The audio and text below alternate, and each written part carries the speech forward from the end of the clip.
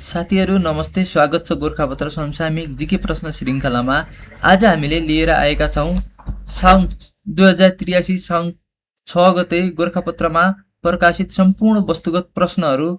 साथीहरू ढिला नगरी सुरु गरौँ आजको पहिलो प्रश्नबाट। आजको पहिलो प्रश्न रहेको छ, मदन पुरस्कार 2082 का लागि छनौट गरिएका उत्कृष्ट 10 पुस्तकको सूचीमा पढ्न पुस्तक कुन कुन हुन् भन्ने प्रश्न रहेको छ। एकदमै महत्त्वपूर्ण प्रश्न हो साथीहरू। कतिवटा पुस्तकहरू सेलेक्सन भएको छन् भनेर पनि आउन सक्छ साथीहरू। तलका मध्ये कुन हो होइन भनेर किताबको नाम अथवा किताबको नाम र लेखकको नाम दिएर जोडा मिलाउनु पनि आउन सक्छ साथीहरू। एकदमै महत्त्वपूर्ण प्रश्न हो। यसको लागि छनौट गरिएका पुस्तकहरू अज्ञात भन्ने पुस्तक रहेको छ साथीहरू, इथा भन्ने पुस्तक रहेको छ, उत्कर्ष भन्ने पुस्तक रहेको छ, नेपाल मण्डलसँग जोडिएको सिमरनगढको इतिहास भन्ने पुस्तक रहेको छ साथीहरू, नेवार समुदायसँग परम्परागत मुकुन्डो नाच वीणा जोशी भन्ने पुस्तक रहेको छ साथीहरू, परिधि भन्ने छ, महायुग भन्ने छ साथीहरू, सलह भन्ने पुस्तक रहेको छ साथीहरू, अर्को पुस्तक रहेको छ स्पर्श भन्ने एकदमै चर्चित पुस्तक रहेको छ साथीहरू, अर्को छ अन्तिम हिउँद भन्ने छ साथीहरू। साथीहरू किताबको नाम सँगसँगै पुस्तकको नाम सँगसँगै पुस्तक लेख्ने लेखकको पनि एकदमै नाम पनि एकदमै महत्त्वपूर्ण छ साथीहरू, यसो हेर्नु होला। र साथीहरू ढिला नगरी आजको दोस्रो प्रश्नमा जाउँ। दोस्रो प्रश्न पनि एकदमै महत्त्वपूर्ण सोध्न सक्ने प्रश्न रहेको छ साथीहरू। सन्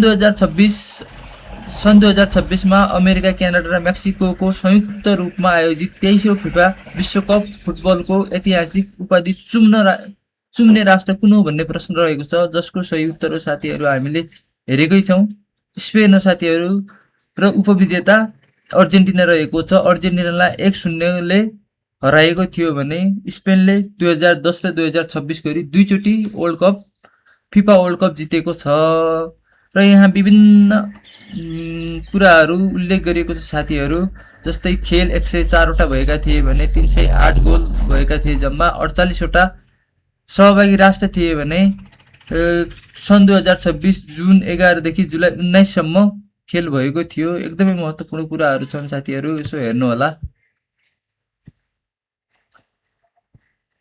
ल साथीहरू आजको तेस्रो प्रश्नमा जाउँ। तेस्रो प्रश्नले भनेको छ, प्रधानमन्त्री कार्य सम्पादन एकाइको स्थापना तथा सञ्चालन कहिलेदेखि भएको हो भन्ने प्रश्न रहेको छ, जसको सही उत्तर रहेको छ साथीहरू विक्रम सम्वत 2083 साउन 3 गते। आधार भन्ने रहेको छ साथीहरू 18 बुँदे राष्ट्रिय प्रतिबद्धता मन्त्री परिषदबाट स्वीकृत गरिएको थियो र स्वीकृत भएको मिति भनेको चाहिँ 2083 असार 18 गते हो र मस्यौदा सार्वजनिक 83 34 गते भएको थियो भने। आजको चौथो प्रश्न रहेको छ साथीहरू। चौथो प्रश्नले भनेको छ, अन्तर्राष्ट्रिय क्रिकेट परिषदले सन् 2026 जुलाईमा 111औं सदस्य मुलुकका रूपमा कुन राष्ट्रलाई अनुमोदन गर्यो भन्ने प्रश्न रहेको छ, जसको सही उत्तर हो साथीहरू मौरिसस।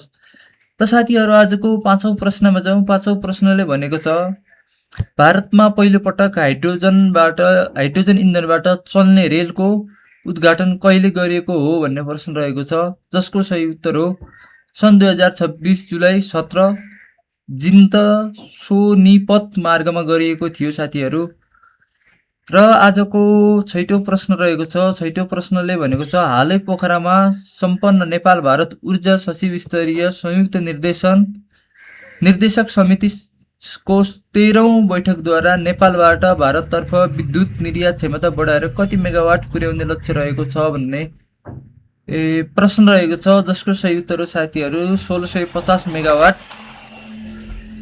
त साथीहरू आजको सातौं प्रश्न रहेको छ। सातौं प्रश्नले भनेको छ, नेपाली राजनीतिज्ञ अर्को चुनावको मात्र चिन्ता गरिरहन्छ, तर देशको अर्को पुस्ताको चिन्ता गर्ने राजनेता चाहिएको छ भन्ने भनाइ कसको हो भन्ने प्रश्न रहेको छ साथीहरू। यसको सही उत्तर हो गणेशमान सिंह। र साथीहरू आजको आठौं प्रश्न रहेको छ। आठौं प्रश्नले भनेको छ, विश्व युवा दक्षता दिवस कहिले मनाइन्छ भन्ने प्रश्न रहेको छ। यसको सही उत्तर हो साथीहरू जुलाई 15मा। संयुक्त राष्ट्र सङ्घको महासभाद्वारा 2014 डिसेम्बरमा घोषणा भएको थियो भने 15 देखि मनाउन सुरु गरिएको थियो। यसको उद्देश्य भनेको युवामा विकास सी विकास, मर्यादित रोजगारी, उद्यमशीलता र आर्थिक सशक्तिकरण प्रवर्धन गर्ने उद्देश्य रहेको छ साथीहरू। ल साथीहरू, आजको 9औं प्रश्न रहेको छ। 9औं प्रश्नले भनेको छ नेपाल सरकारको मन्त्री परिषद विक्रमसम्म 2083 असार 24 को निर्णय अनुसार नेपालको 30औं मुख्य सचिव पदमा कसलाई नियुक्त गरियो भन्ने प्रश्न रहेको छ। यसको सही उत्तर हो साथीहरू गोविन्द बहादुर कार्की।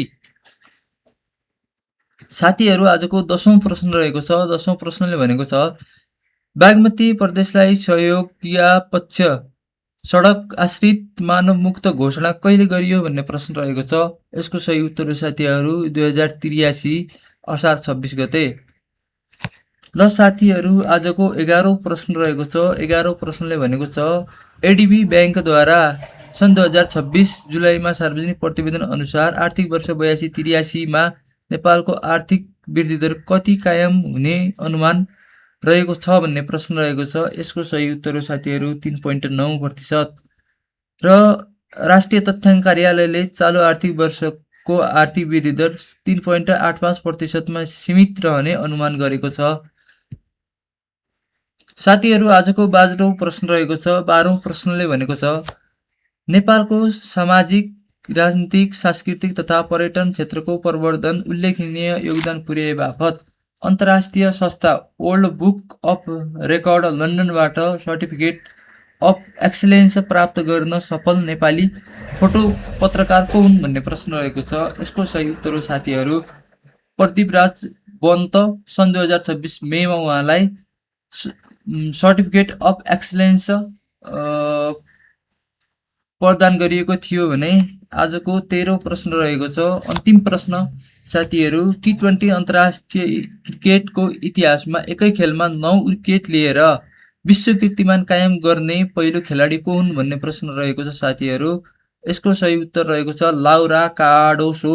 ब्राजिलकी महिला क्रिकेटर हुन् साथीहरू। 21 वर्षको उमेरमा उहाँले यो कीर्तिमान आफ्नो नाममा लेखाउन सफल हुनुभएको छ साथीहरू। साथीहरू, आजलाई यति नै। च्यानललाई सब्स्क्राइब गर्न नभुल्नुहोला।